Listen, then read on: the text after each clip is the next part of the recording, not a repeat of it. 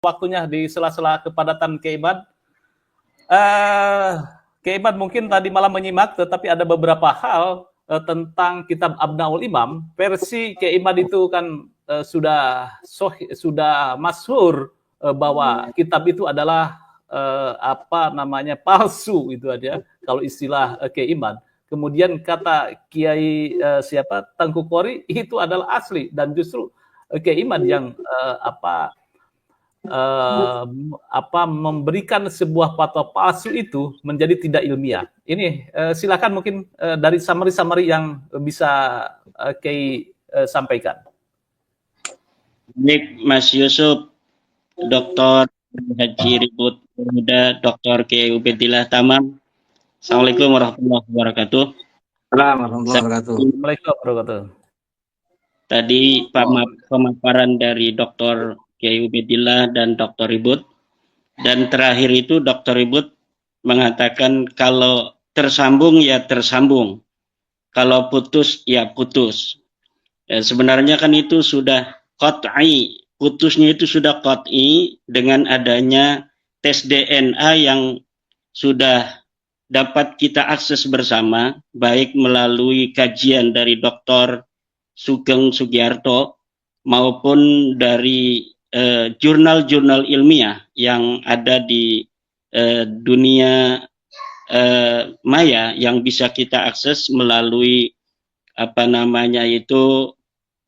portal-portal ilmiah yang kita bisa saksikan, kita bisa baca dari hasil karya Closop, Michael Hammer dan lain sebagainya, bahwa keturunan Nabi Muhammad SAW itu sudah dikaji dan disimpulkan harus berhaplogrup C1.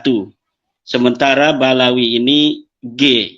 Artinya mereka bukan sebagai keturunan baginda Nabi, mereka juga bukan keturunan Nabi Ibrahim. Nah, itu sebenarnya dari situlah kita harus pertama kali mengkaji dari nasab Balawi sebenarnya.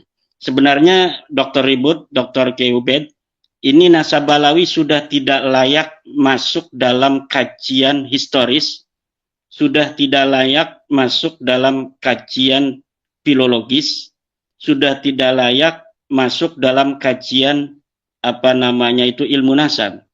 Kenapa? Karena secara genetika mereka sudah qat'iyyud dilalah, bukan sebagai orang Arab, bukan sebagai keturunan Bani Hashim, bukan keturunan Ibrahim. Bagaimana mereka itu bisa menjadi keturunan Nabi Muhammad, sedangkan keturunan Bani Hashim aja bukan, keturunan Nabi Ibrahim saja bukan.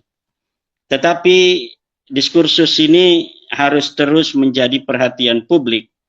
Maka pengamat-pengamat yang ahli dalam bidang metodologi seperti Dr. Kiai Ubed, Dr. Ribut, ini penting untuk terus mencerahkan kepada publik bahwa dengan terus kita suarakan, terus kita bahas, maka akan semakin banyak masyarakat yang tercerahkan. Termasuk adanya fenomena Tengku Kori balik badan, itu merupakan sebuah kudratullah bahwa isu nasab ini akan terus menarik untuk dikaji. Kemarin kita lihat betapa menariknya diskusi antara seorang ilmuwan Nahdlatul Ulama dari Pulau Sumatera dengan juga seorang pengkaji pembela nasab Balawi yang berasal juga dari Pulau Sumatera. Jadi semalam itu adalah dua ilmuwan dari Pulau Sumatera, yang satu dari Jawa Barat, itu sibuk main HP kata para komentator itu, sehingga dua singa dari Sumatera ini bertarung seperti dibiarkan saja gitu semalam itu. Ini banyak komentar-komentar seperti itu. Nah, apa yang bisa saya berikan garis bawah dari diskusi semalam antara Dr. Ribut Nurhuda dengan Tengku Qori, yaitu narasi Tengku Qori tentang Abnaul Imam seperti yang disinggung oleh Mas Yusuf tadi, bahwa Tengku Qori sekarang ini kembali untuk mempermasalahkan kitab Abnaul Imam. Karena memang jika kajiannya adalah kajian historis, kajian adalah kajian naskah, maka Ba'lawi ini tidak mungkin lagi bisa ditolong kecuali hanya dengan narasi-narasi falasi, dengan adanya manipulasi data dan sebagainya. Nah, kitab Abnaul Imam ini termasuk dalam kategori beberapa manipulasi data yang telah dilakukan Ba'lawi. Jadi ada yang namanya disebut dalam istilah ilmu sastra Arab itu disebut dengan kitabatun manhulah. Jadi tulisan-tulisan yang palsu, yaitu nisbatul kitabah ila ghairi katibihi li gharadin. Jadi adanya sebuah tulisan yang dinisbatkan kepada bukan penulisnya li gharadin, untuk suatu tujuan. Nah, selain kitab Abnaul Imam, itu sudah ada beberapa kitab yang dipalsukan oleh penulis-penulis Ba'lawi. Seperti kitab Ar-Raudul Jali yang dinisbatkan kepada Murtada Az-Zabidi, seorang ulama besar. Ya, pada tahun 1205 Hijriah beliau wafat. Kemudian Hasan Muhammad Qasim dari Mesir diminta oleh seorang Ba'lawi yang ada di Mesir untuk menciptakan sebuah kitab palsu yang di situ menyebut nama Ubaidillah atau Abdullah. Kemudian ditulislah kitab Ar-Raudul Jali itu, kemudian disubstitusikan sebagai karya daripada Imam Murtada Az-Zabidi. Dan itu sudah diteliti oleh pakar filolog dari Yaman, yaitu Abu Bakar Badzib yang merupakan pembela Ba'lawi juga. Tetapi ketika Abu Bakar Badzib ini memberikan kata sambutan di dalam tahqiqnya dalam kitab Ar-Raudul Jali itu, beliau jujur mengatakan bahwa kitab ini sangat sulit untuk dinisbatkan kepada Murtada Az-Zabidi. Kenapa? Badzib mengatakan sangat sulit karena dia pendukung Ba'lawi. Kalau Imaduddin Usman mengatakan bahwa jelas-jelas kitab ini adalah kitab palsu yang dikarang oleh Hasan Muhammad Qasim 50 tahun yang lalu dari hari ini, kemudian diasosiasikan, disubstitusikan sebagai karya dari Murtada Az-Zabidi. Yang kedua adalah kitab Tarikh Sambal Hadramaut. Kitab Tarikh Sambal atau Tarikh Hadramaut yang dikarang katanya oleh seorang sosok yang bernama Sambal, Syekh Sambal, yang katanya dia hidup di abad ke-10 Hijriah. Tetapi ketika Serjen, seorang peneliti dari Barat, meneliti kitab ini, maka disimpulkan kitab ini adalah kitab palsu yang dikarang oleh sosok yang fiktif. Kemudian juga kitab Tarikh Ibnu Hisan. Ini Ibnu Hisan sosok yang historis. Dia hidup abad ke-9 Hijriah, menulis sebuah kitab sejarah, Tarikh Hadramaut Ibnu Hisan, kemudian hilang. Nah, setelah hilang diciptakan kembali oleh Muhammad Abdullah Al-Habsyi dengan di dalamnya menyebutkan Faqih Muqaddam. Nah, kemudian kitab itu menurut para peneliti di Yaman juga, bahwa kitab ini tidak bisa dinisbatkan kepada Ibnu Hisan karena di dalamnya sudah ada interpolasi, penambahan-penambahan yang dilakukan oleh muhakkiknya, yaitu Abdullah Muhammad Al-Habsyi. Ya. hal-hal yang semacam ini terjadi juga pada Abnaul Imam ini. Abnaul Imam ini jelas kitab palsu yang kepalsuannya sudah diteliti oleh para ulama ahli nasab. Misal, seorang peneliti nasab yang bernama Al-Qaraja dalam kitab Al-Kafil Muntakhab halaman 106 sudah mengatakan di dalam kitabnya Al-Kafil Muntakhab halaman 106 bahwa kitab Abnaul Imam adalah kitab yang termasuk dalam kategori manhulah. Kitab manhulah, pakai hak ya, manhulah, yaitu kitab yang palsu, kitab yang nisbatul kitabah ila ghairi qaili. Penisbatan sebuah kitab bukan kepada pengarangnya. Siapa pengarangnya? Pengarangnya ya Yusuf Jamalulail itu. Dia menarik-narik nama Abul Muammar Yahya Toba-Toba. Abul Muammar Yahya Toba-Toba itu memang seorang ulama dari kalangan Syiah. Dia mempunyai kitab yang namanya Syarhul Lumah Ibnul Jinni, tetapi tidak mempunyai kitab yang namanya Abnaul Imam fi Misr wa Syam. Dari mana keterangan itu? Silahkan buka kitab Al-Kuna wal Alqab karya Syekh Abbas Al-Qummi juz 2 halaman 133. Kemudian buka juga kitab Mu'jamul Mu'allifin Umar Ridha Kahalah juz 13 halaman 226. Buka juga kitab ketiga Hadiyatul Arifin juz 2 halaman 519. Keempat, buka juga kitab Al-A'lam juz 8 halaman 164. Di dalam kitab-kitab yang saya sebutkan tadi, biografi dari seorang Abul Muammar Yahya itu lengkap. Dia punya kitab apa, dia hidup kapan, kemudian punyakah dia kitab yang bernama Abnaul Imam? Tidak ada.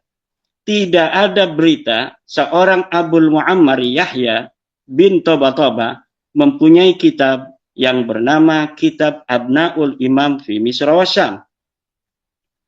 Nah, kalau misalnya pembela Ba'alawi ingin menjadikan Abnaul Imam ini menjadi salah satu maraji', maka silahkan buktikan bahwa kitab Abnaul Imam ini memang dikarang oleh Abul Muammar. Mana manuskrip aslinya yang di mana di situ dikatakan Abul Muammar adalah sebagai penulis kitab ini? Tidak ada. Di dalam versi cetak kitab Abnaul Imam, memang itu diberikan beberapa lembar contoh-contoh bahwa manuskripnya ada dipegang oleh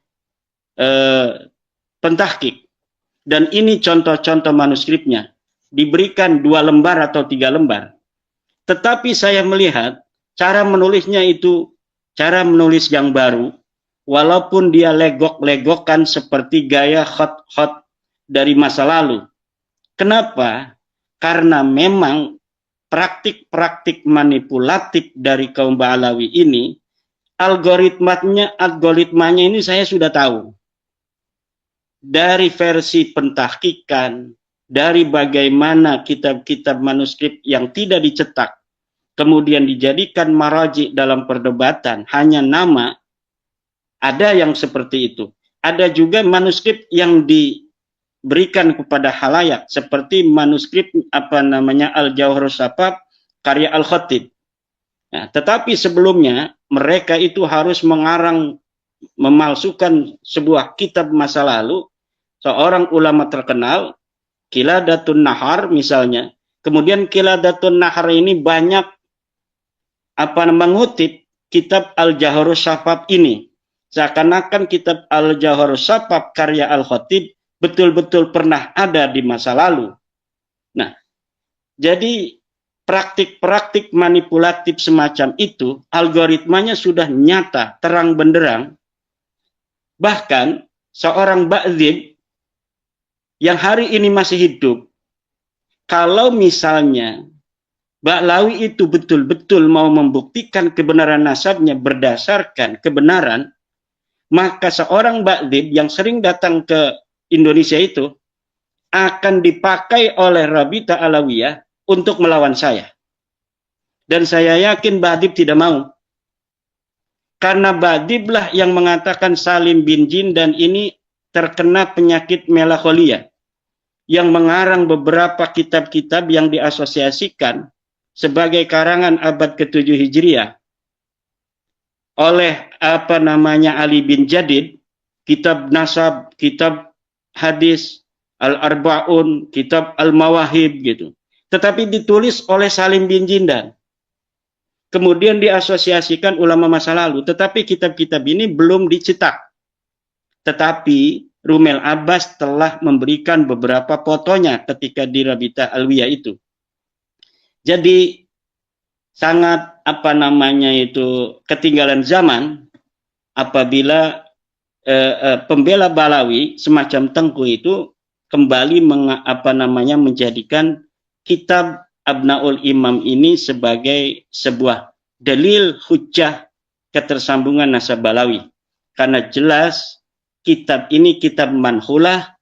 Lihat di dalam kitab Al-Kafil Muntakhab, Al-Qaraja telah mengatakan kitab Abnaul Imam ini manhulah, kitab palsu yang diasosiasikan kepada ulama masa lalu yang dikarang di hari ini oleh Yusuf Jamalul Lail. Yusuf Jamalul Lail ini di Riyadh adanya. Dia baru meninggal 3 tahun yang lalu pada bulan Ramadan. Jadi Ramadan ini sudah 3 tahun. 1443 Hijriah dia meninggal. Hari ini 1446 Hijriah. Jadi ini sudah 3 tahun.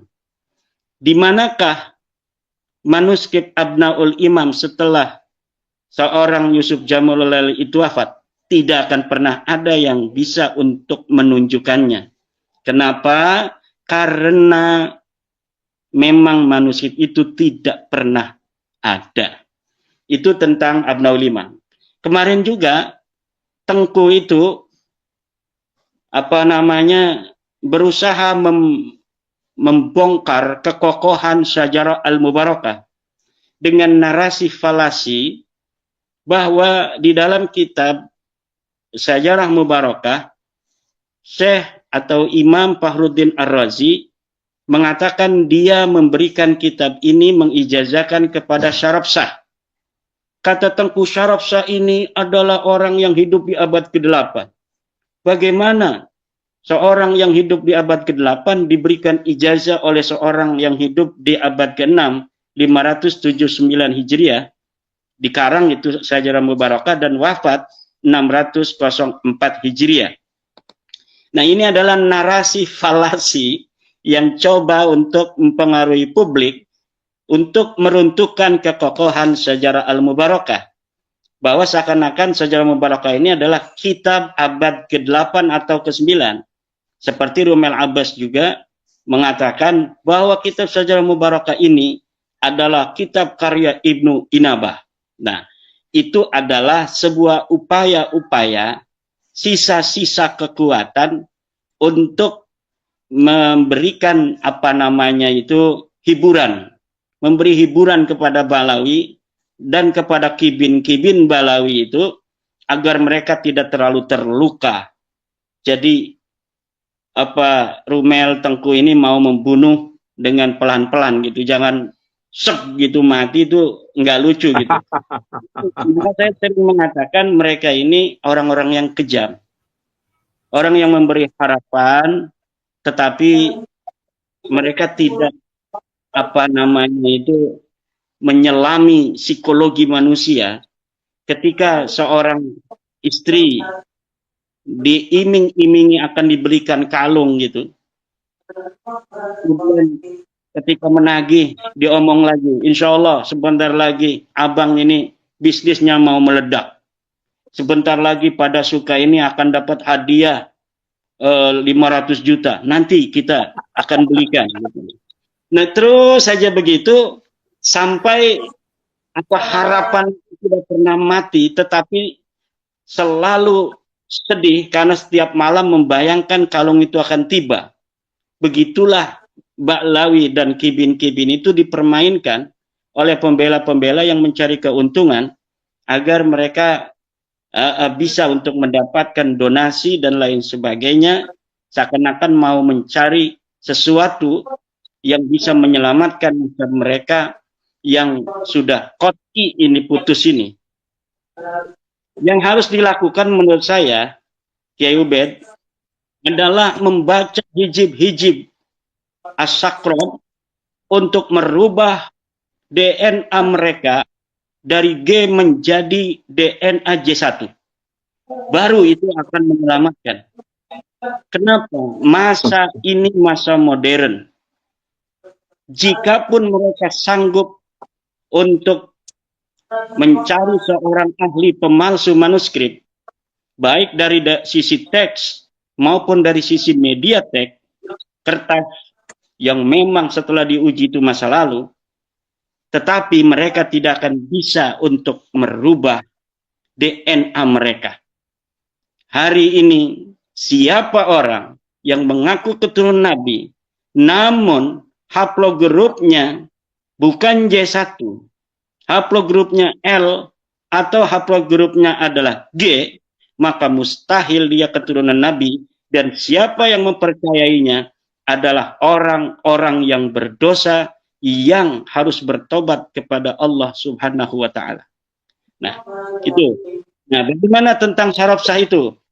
Nah, ini saya sampai terbawa emosi. Saya ngelihat Kiai Ubed ini kan suka bersedih gitu ya. Jadi saya kebawa oleh amat dari Bani Mutamakin, sehingga saya terbawa emosi juga itu. Nah, ini tentang syaraf sah itu bagaimana? Syaraf sah itu betul-betul orang yang ada di abad ke-6 Hijriah. Bagaimana saya dapat membuktikan bahwa syaraf sah yang ditulis oleh seorang yang bernama Imam Fakhruddin Ar-Razi dalam kitab Syajarah Mubarakahnya, bahwa dia adalah orang yang betul-betul hidup di abad ke-6, silakan lihat kitab Umdatul Talib Al-Kubra halaman 225. Di dalam kitab Umdatul Talib Al-Kubra itu sudah ditulis silsilah dari syaraf sah. Dia adalah keturunan Nabi Muhammad SAW yang ke-17, ke-18. Ke-18 lah. Ke-18 dari Ali Al-Uraidi. Kitab Umdatul Talib halaman 226. Nah, siapa Imam Fakhruddin Ar-Razi? Imam Fakhruddin Ar-Razi adalah keturunan Abu Bakar Siddiq ke-16. Jadi generasi dari Ali bin Abi Thalib yang ke-17 atau Nabi yang ke-18 itu masih bisa untuk bertemu dengan generasi yang sesudahnya. Saya misalnya generasi yang ke-10, dari kakek ke-10 saya. Anak saya itu yang bertemu saya kan generasi yang ke-11. Jadi orang yang masih berbeda satu generasi, dua generasi, itu masih bisa bertemu. Memang saya tidak bisa untuk mencari wafat pasti kapan tahun syaraf sah itu. Tetapi dari sisi silsilah itu dapat dibuktikan bahwa syaraf sah adalah keturunan ke-17 dari Sayyidina Ali, sedangkan Fakhruddin Ar-Razi adalah keturunan yang ke-16 daripada Abu Bakar As-Siddiq. Abu Bakar As-Siddiq dulu dengan Sayyidina Ali bertemu, kemudian keturunannya ke bawah Imam Fakhruddin Ar-Razi, keturunan ke-6 dari Abu Bakar Siddiq bertemu dengan keturunan Sayyidina Ali yang ke-17. Jadi ini matching kan? Jadi tidak bisa itu Tengku menggunakan narasi palasi untuk membuat orang ragu terhadap kekokohan Syajarah Mubarakah. Beda Syajarah Mubarakah dengan Abnaul Imam itu. Abnaul Imam itu manuskripnya hanya dimiliki oleh Balawi sendiri. Yusuf Jamalulail ini seorang Balawi. Dia menemukan kitab katanya sendiri, katanya dari seorang Al-Warraq dari Aleppo, dari Halab gitu kan. Tanpa ada orang yang bisa untuk mengakses di mana kita kalau mau melihat manuskripnya. Berbeda dengan Syajarah Mubarakah, manuskripnya independen. ada di perpustakaan Masjid Jami di Sultan yang ada di Turki. Nomornya tercatat. Kapan kita bisa melihat itu tidak bayar lagi? Paling kita naik kapal saja ke sana. Sampai sana kita masuk, tinggal daftar, dan siapa saja bisa untuk memverifikasi betul apa tidak ada manuskrip Sajarah Mubarakah itu di Turki. Semua bisa. Kalau Abnaul Imam ini tidak bisa, karena ini kitab palsu, kitab yang betul-betul palsu. Dan saya kalau mau menulis kepalsuan-kepalsuan Balawi, kebohongan-kebohongannya, kedustaan-kedustaannya, itu mungkin tidak cukup 700 halaman seperti dalam ulama Nusantara menggugat nasab palsu. Kita membutuhkan 2000 halaman untuk memberitahu kepada masyarakat tentang bagaimana algoritma kepalsuan yang dibikin oleh Balawi dalam naskah-naskah mereka. Jadi betul-betul kalau misalnya kita ini mau berpikir sedikit saja, mau membaca saja, kemudian memverifikasinya, baca misalnya kitab saya atau buku saya, kemudian memverifikasi sendiri.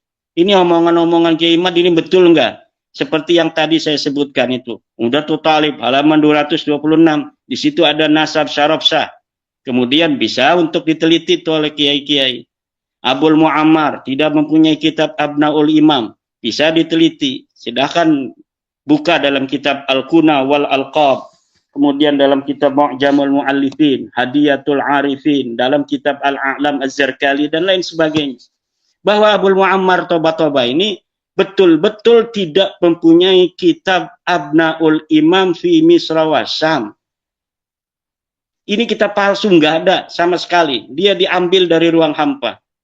Nama-nama ulama seperti Ibnu Sodaqo Al-Halabi, Al-Warraq, kemudian As-Saparayini, Al-Maqdisi, semuanya hanya diambil namanya tanpa ada ikut campur dengan urusan pemalsuan manuskrip itu.